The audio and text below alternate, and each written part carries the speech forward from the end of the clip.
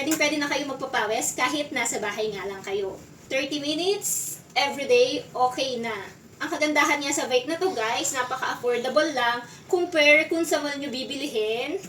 Dahil eto nga pong bili ko dito is nasa 3,000 plus lang. O diba, sobrang sulit na.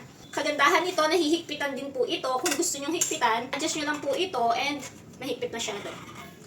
Mahigpit pa din. Ayan, hihigpit na po yan kung gusto nyo ng force na force ang pagpadjak nyo po.